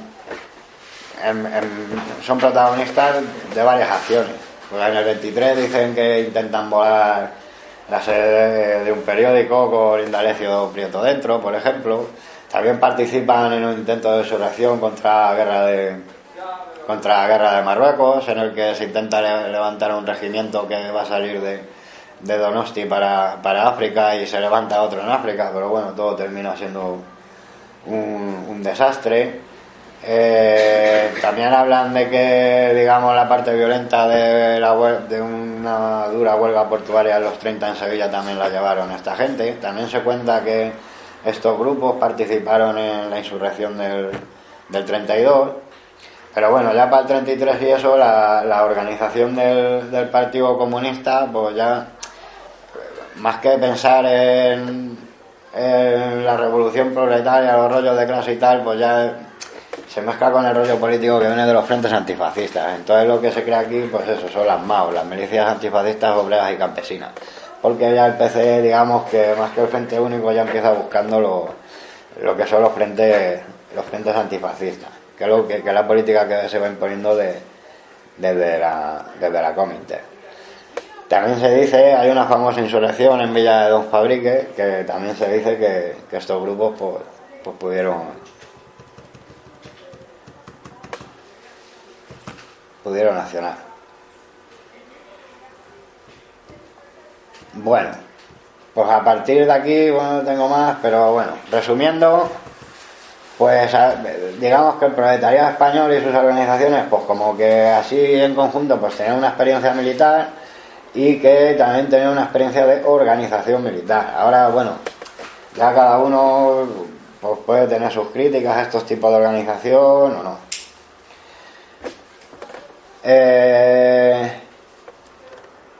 Y esto que hemos visto, pues es un poco con las fuerzas con las que se iban a contar en la Revolución de Octubre en las ciudades. Que se iban a encontrar, o sea, toda esta gente que intentó la insurrección, que se iba a encontrar enfrente, pues se iba a encontrar al Requeté, a las milicias del Requeté, que actuarían en Navarra y en el País Vasco. Estas milicias muchas veces pues actuarán, yo que sé, en connivencia con la Guardia Civil o incluso con la Guardia de Asalto. Harán labores de información, incluso algunos de ellos se les armará y apoyarán en los tiroteos a la Guardia Civil. Así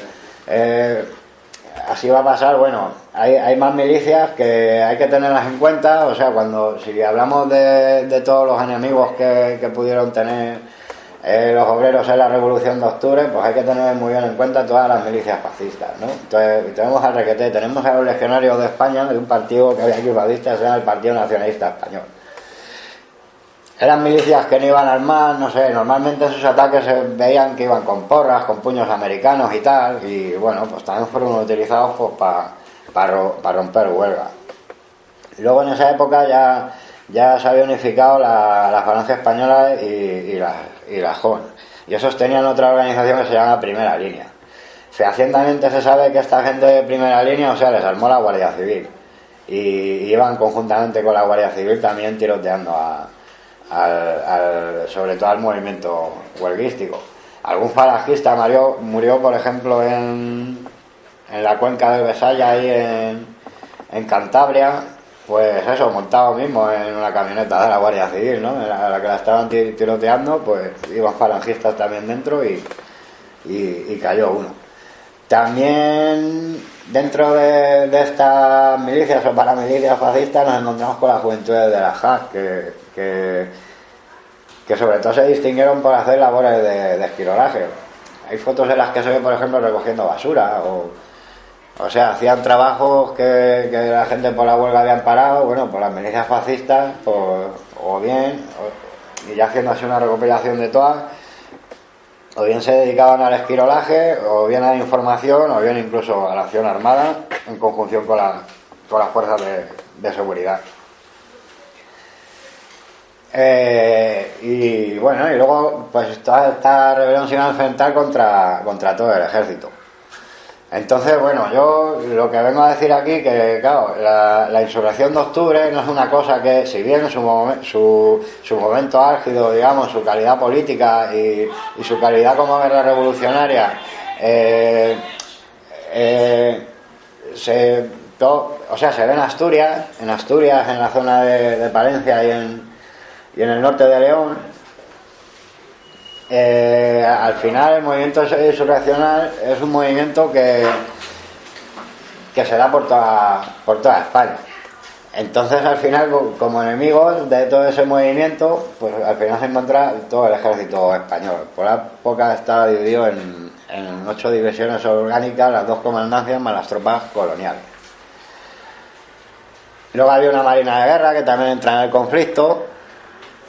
Y bueno, y luego hay pues unos 16.000 carabineros, unos 30.000 guardias civiles, pues, otros tantos guardias de asalto. Bueno, pues fuerzas muy potentes, ¿no? Para que la insurrección de un día para otro pues, pudiera haber triunfado. Tenía aquí preparado iba a hablar sobre el armamento y eso, pero es que no, porque si no...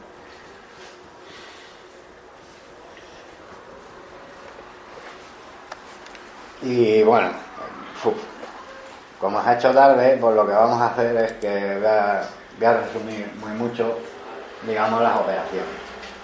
Aquí en este mapa pues se puede ver, digamos, dónde ha habido simplemente movimientos huelguísticos, ¿no? Que se ven aquí con las pancartas. ¿Dónde ha habido? Bueno, es que este mapa, hace esa división que yo no la voy a sintar. Bueno, donde ha habido, pues, digamos, insurrecciones armadas y donde ha habido ya como estallido de guerra. ¿Qué se puede decir? Y, joder, es que esto, claro, tenía mucho más para hablar, pero como no voy a hablar así ni me va a circunscribir Asturias, pues vamos a dar un repaso un poco así de lo que fue la insurrección de octubre del 34 en todos los sitios. Pues digamos que en Andalucía, pues la huelga triunfó bastante. Y bueno, los choques armados que se ven ahí, pues uno es en un pueblo de Málaga, que los combates llegan a durar hasta 3 días, la Guardia Civil llega a disparar hasta casi 8.000 cartuchos para detener la insurrección. Y bueno, y los otros, pues es que también hubo bastante lío en Algeciras y en zonas limítrofes. Y luego, donde está aquí la mano,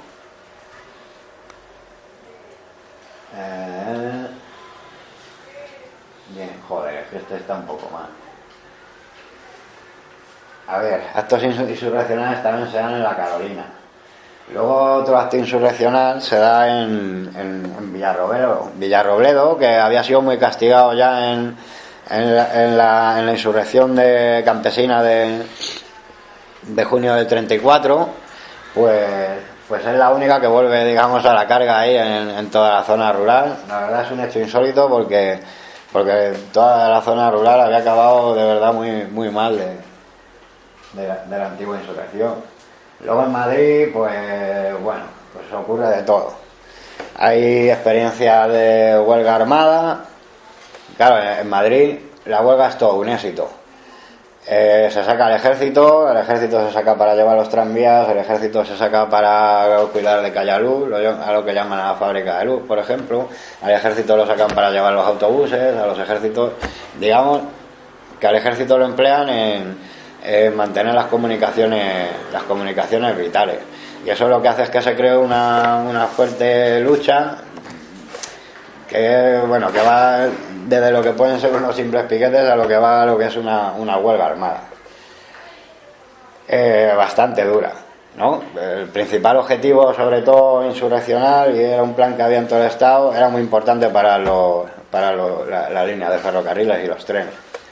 Y bueno, aquí como en muchos sitios, pues es algo bastante principal, algo que no se consigue, y gracias a ello, bueno, pues digamos que el gobierno puede mover tropas de un lado a otro con bastante rapidez.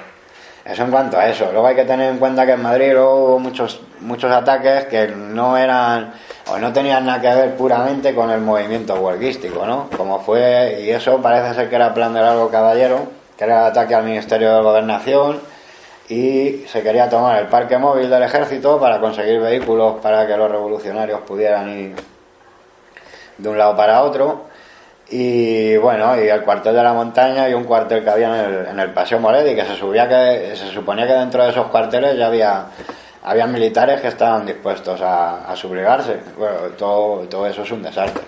Además de eso, bueno, pues atacan muchas comisarías, ataca también la Dirección General de la Guardia Civil ahí en Guzmán el Bueno, no sé, aquí en Vallecas también se ataca la Guardia Civil, se ataca el ayuntamiento, en Comenal Viejo, por ejemplo, se llega a tomar el pueblo.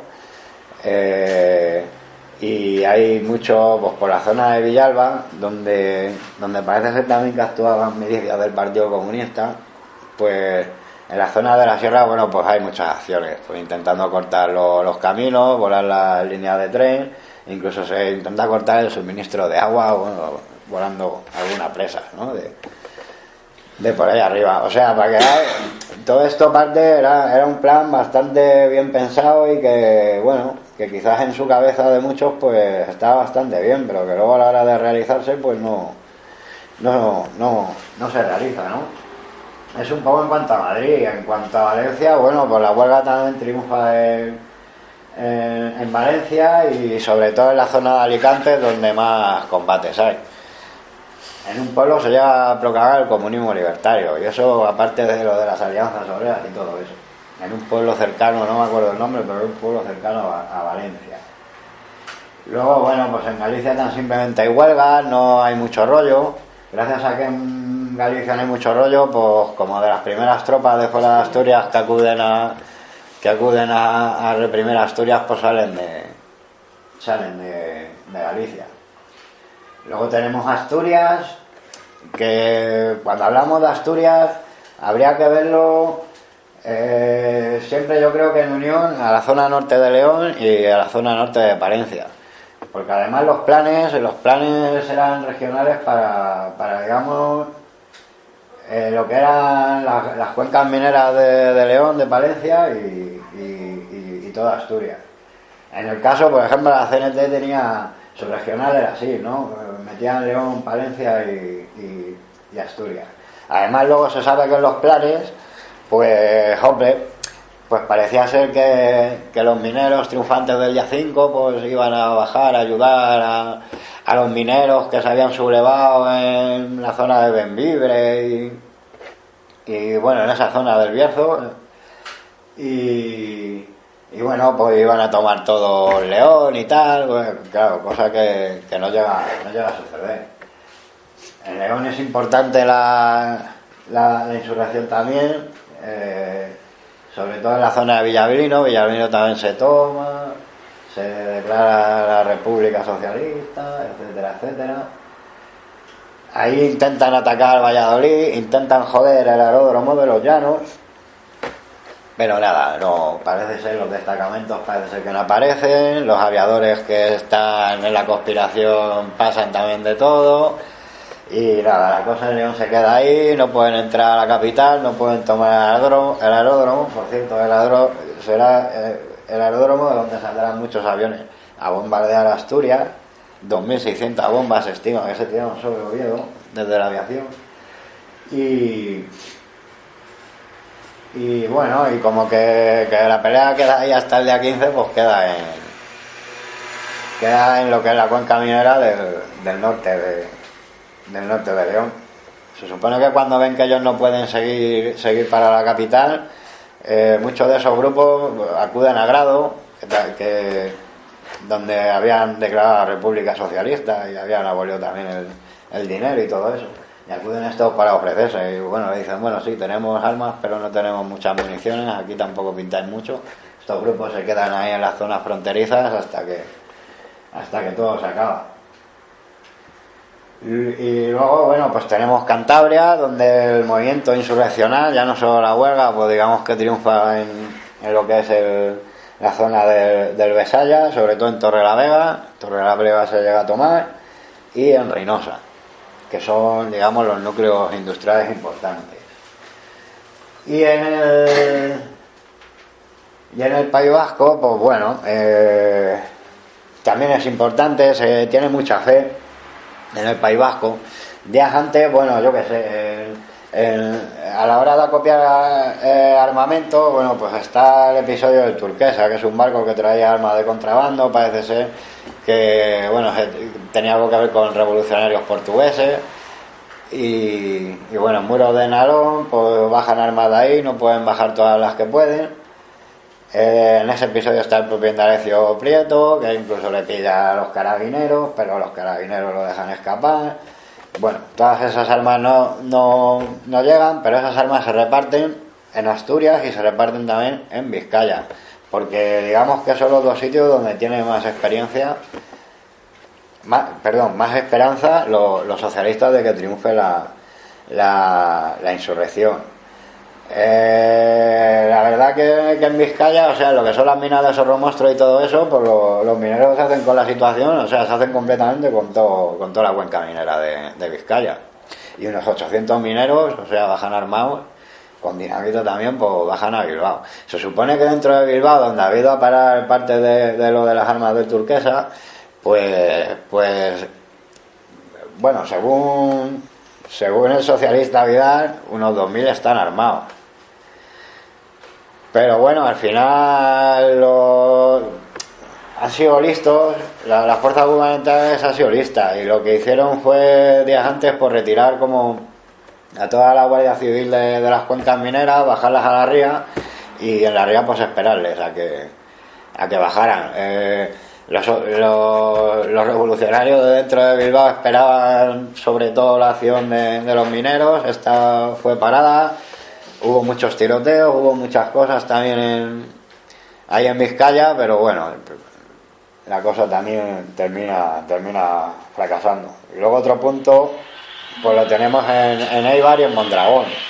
En Eibar era un sitio muy estratégico, estaba la fábrica de armas, y en Eibar también llega a haber combate, se llega a tomar la ciudad, pero bueno, dura poco, llegan tropas de San Sebastián bastante rápido y acaban con todo eso. Y luego, pues también la lucha se extiende un poco por toda la zona. Otro sitio importante es Mondragón. En todas estas luchas, y voy a contar así como anécdota, bueno, pues se cargan a dos tipos del Partido Carlista, y uno de ellos me parece que es el abuelo de Jaime el Mayor Oreja, un tal Marcelino Oreja, que era el presidente de la metalúrgica más grande de Mondragón.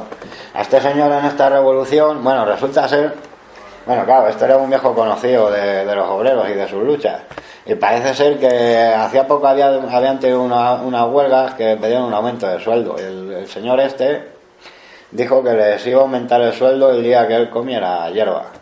Entonces lo que pasa en octubre es que le cogen, lo matan y le ponen un puñado de hierba en la boca al señor abuelo de Mayor Oreja, que era de los TAR. Todo eso se pierde. En todos estos sitios que habla hay gran preparación. Y bueno, por ejemplo en Eibar pues bueno, se encuentra mogollón de granadas de mano. Hay muchos sitios mineros que al final no se terminan insurreccionando, pero que también se encuentran algo de depósitos, como pueda ser Puerto Llano, en Río Tinto, en la zona minera de Asturias y en la zona minera de Vizcaya. Y eso era porque, vamos, en toda la preparación de la insurrección, esos sitios iban a ser almacenes sitios de fabricación y de almacenamiento de bombas para posteriormente lo que es la insurrección. Y bueno, yo qué sé. No hay nada preparado. ¿Eh? Sí. Sí, no. Se van levantando y es como un pez de goteo que se va extendiendo. Claro, mira, como he dicho al principio, claro, existen los problemas de cómo se van construyendo las alianzas obreras en seguro en cada sitio. Y luego también depende, claro, los socialistas de un sitio no eran iguales que los socialistas de otro. Y los anarquistas de un sitio eran menos propensos a unirse con la UGT, pero en otro sitio eran más propensos, ¿eh? Entonces, es que todo es lioso, pero sí, o sea, sí hay planes de insurrección, claro, y hay una preparación. Hay un acopio de armas, el Turquesa viene, o sea, el barco este que viene con armas de contrabando viene aposta a eso. Aquí, antes de que empiece la insurrección en Madrid, por ejemplo, Madrid se divide en 5 distritos que tienen sus jefes, ¿no? En uno me parece que es Laín, en otro Fernández de los Ríos, en otro Vidal. O sea, está todo bastante calculado, ¿no? O sea, por ejemplo, en el caso de Asturias, ¿no? Pues su relación con los de Oviedo, ¿no? O sea, que los de Oviedo fueran a por el aeródromo de León y todo eso. O sea, eso estaba concebido para que esos aviones no fueran a atacarlo a la cuenca minera. O sea, que todo estaba como un poco hablado. Lo que pasa que, claro, hubo mucha gente que traicionó, hubo deserciones, no sé, mira, en el caso de Madrid la gente estaba dispuesta a luchar, ¿no? Pero es que no sabía muy bien dónde acudir. Muchas veces todas las reuniones se hacían en plazas públicas, ¿no? O sea, es que hay declaraciones en plan de... No, que me ha dicho uno que vamos a hacer la revolución, que quedamos ahí en la Puerta del Sol, ¿sabes? O sea, y llegar ahí y esperar ahí órdenes, nadie aparece... Bueno, sí, claro, ahí lo mismo, si no está la Guardia Civil, pues va a aparecer, o la Guardia de Asalto, pues van a aparecer en cualquier momento, porque es que encima, claro, antes de que se empiecen a reunir destacamentos de obreros en las plazas, pues claro, ya está la policía para que eso no suceda, ¿no? Que de ahí vienen muchos tiroteos y muchas muertes, no sé, como todas que ocurrieron en Vallecas, por ejemplo, que eran en eso, en concentraciones de obreros, que iban a ver qué acciones se iban a hacer. Bueno, pues ya les estaban esperando, cacheos masivos, pin, y fuera, y todos a la calle. Si la cosa se ponía muy chunga, pues a disparar. Y un poco así. Hablar lo que pasó en Cataluña. Bueno, en Cataluña la Alianza Obrera, claro, y esto también vale para el País Vasco. Es que aquí la Alianza Obrera confió mucho la insurrección a lo que pudieran hacer ambas burguesías, la catalana y la vasca. En el 33, en las elecciones, el PNV fue el partido más votado en el País Vasco. Y el PNV, pues vamos, se negó a proclamar ningún estatuto vasco y es más, a su sindicato, a Solidaridad de Obreros Vascos, al SOL, ¿no? A su sindicato ordenó que no participaran en la huelga, ¿no? Ahí en ese sentido, en el País Vasco se quedaban un poco vendidos, aunque la fuerza del proletariado, yo qué sé, era bastante superior a no sé, a lo que podía suponer a lo mejor el PNV en ese momento. Pero sin embargo en Cataluña, claro, en Cataluña, ya hablaba antes, la CNT se negó a meterse en eso porque no quería defender ningún gobierno republicano. Y hay que ver quién estaba metido en el gobierno o sea, ahí todo es que es la hostia. Mira, la Alianza Obrera es que va con país a pedirle y a exigirle que declare la República Catalana, porque entraban dentro de los planes de insurrección. no tienen unos planes tan claros de revolución proletaria, tienen unos planes más de defensa de la República. Entonces, ¿qué es lo que pasa? Al final, y con muchas dudas, al final declaran la República Catalana, pero dejan tirados a la Alianza Obrera. Meses antes, una huelga de tranvías había sido duramente reprimida por la Generalitat. Y es que había unos pájaros, o sea, en el Ministerio de Gobernación estaba el pájaro el de Encas de Estas Catalán, que tenía como comisario, pues teníamos hermanos Badía, unos conocidos fascistas, ¿sabes? Fascistas, gente que sí, racistas, xenófobos, eran de los que salía la propaganda que los de la CNT eran todos unos murcianos y eran unos no sé qué, y eran gente que se fueran para su casa. Por cierto, esto lo voy a contar porque me hizo mucha gracia, una anécdota, ¿sabes? Muchas veces había mucho paro ahí en Cataluña y se querían quitar a los que ellos llamaban murcianos, que vivían en chabolas y tal, y bueno, los delincuentes y tal. Y les dijeron que les pagaban un tren, ¿sabes? La Generalitat, o les pagó un tren para devolverlos a sus pueblos. Bueno, pues ya que estáis aquí sin trabajo y sin nada, pues iros a... Y bueno, pues con comida, con bebida, con todo, ¿no? Pues cogieron esto, se montaron en el tren, se comieron, se bebieron todo, lo pararon y se volvieron para Cataluña, ¿sabes? Y, bueno, el de encaje estos eran unos pistoleros del Libre, o sea, simple y llanamente, y defendían a la burguesía catalana, y la habían defendido en la calle, o sea, matando a sindicalistas. 2 meses antes hay una huelga durísima de tranvías en Barcelona, bueno, pero que estos tíos se la funden. Y es que días antes de la insurrección de octubre, la Alianza Obrera, o sea, ya no es ni a CNT ni a FAI, la propia Alianza Obrera coge y convoca una manifestación en Barcelona contra el gobierno de Lerroux y los 3 cedistas, ¿no?, que va a incorporar, y es que el tío la declara ilegal y es que la reprime a hostias, ¿sabes? Y es que luego lo que hace la Alianza Obrera, claro, confía tanto en lo que pueda hacer la pequeña burguesía, que es que va a pedir armas a Company. Y Company, bueno, de encalla se la ha dejado dicho, o sea, aquí no se puede repartir ninguna arma, ¿sabes? A los obreros mucho menos. Si aquí pasa algo, esto lo tenemos que hacer, o sea, nuestras milicias, que eran los escamos, y nuestra policía, que son los mozos de escuadra. Ellos tenían miedo a que pudiera ponerse a la cabeza un movimiento obrero de todo lo que estaba pasando allí en Cataluña. Y es que es más, o sea, ante la negativa de armas, o sea, los miembros de la Alianza Obrera pues dicen, bueno, pues vamos a coger la de las almerías. Pero es que las almerías resulta ser que están las milicias de Decas y están los mozos de escuadra, pues están para defenderlas. O sea, y es que, o sea, la cosa tiene miga en Cataluña, ¿eh? Y bueno, mira, iba a hablar sobre armamento, iba a hablar sobre las operaciones de Asturias, ¿no? Pero bueno, he pegado un chapón aquí que te cagas, estáis hasta el nabo. Yo creo que, que se queden 2 o 3 cosas sin claras, ¿no?